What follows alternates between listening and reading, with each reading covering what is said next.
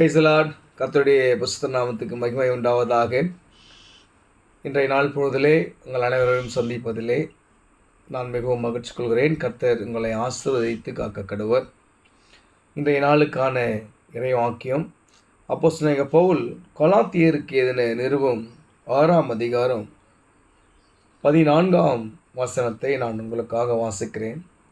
நாம் இன்றைய காலகட்டங்களிலே எதை பற்றி பெருமையாக பேசிக்கொண்டிருக்கிறோம் என்பதை சிந்திக்கவும், நாம் எதை பற்றி பெருமையாக பேச வேண்டும் என்பதை கற்றுக்கொள்ளவும் கர்த்தர் நம்மை அழைத்திருக்கிறார். முதலாவதாக இந்த 14ஆம் வசனத்திலே, கலாத்தியர் இதை நிருபம் 6ஆம் அதிகாரம் 14ஆம் வசனத்திலே, நானும் நம்முடைய கர்த்தராகிய இயேசு கிறிஸ்துவின் சிலுவையை குறித்தே அல்லாமல் வேறொன்றையும் குறித்து மேன்மை பாராட்டாது இருப்பேனாக.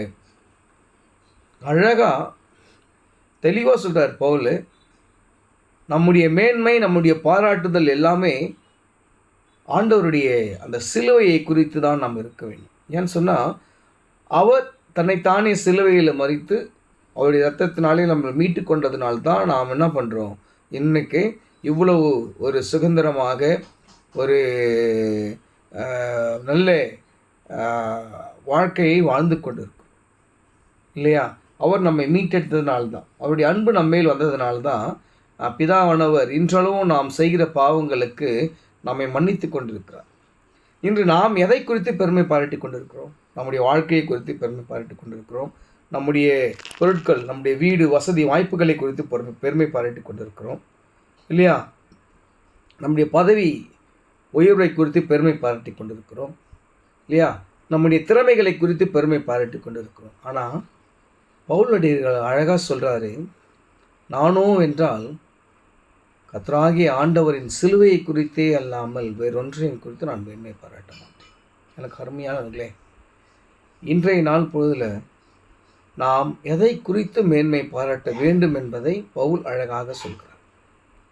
நம்முடைய மேன்மை சிலுவை குறித்து மட்டுமே இருக்க வேண்டும். நம்முடைய அந்த பெருமைக்குரிய பேச்சுகள் எல்லாவற்றையும் நாம் சிறுமைப்படுத்தி விட்டு ஆண்டவரை குறித்தே நாம் என்ன பண்ண, முதலாவது மேன்மை பாராட்ட நாம் கற்றுக்கொள்ள வேண்டும். அப்படி நாம் கற்றுக்கொள்ளும் போது கர்த்தர் நம்முடைய வாழ்க்கையை என்ன பண்ணுவாராம், மேன்மையிலும் உயர்த்துவாராம். ஏன்னு சொன்னால், அழகாக வேதத்தை சொல்லுவாங்க, தன்னைத்தான் தாழ்த்துகிறோம் என்ன பண்ணுவானா, உயர்த்தப்படுவான். நம்முடைய அந்த மேன்மைகளை தாழ்த்தி அவரை நாம் உயர்த்தும் போது கர்த்தர் நம்முடைய வாழ்க்கையை மேல்மேலும் ஆசீர்வதித்து உயர்த்த வல்லவராயிருக்கிறார். விசுவாசிங்க, உங்களை தாழ்த்தி கர்த்தருடைய சிலுவை குறித்து மேன்மை பாராட்டுங்க, உங்களுடைய வாழ்க்கை மேன்மையாக உயரும். ஆமென்.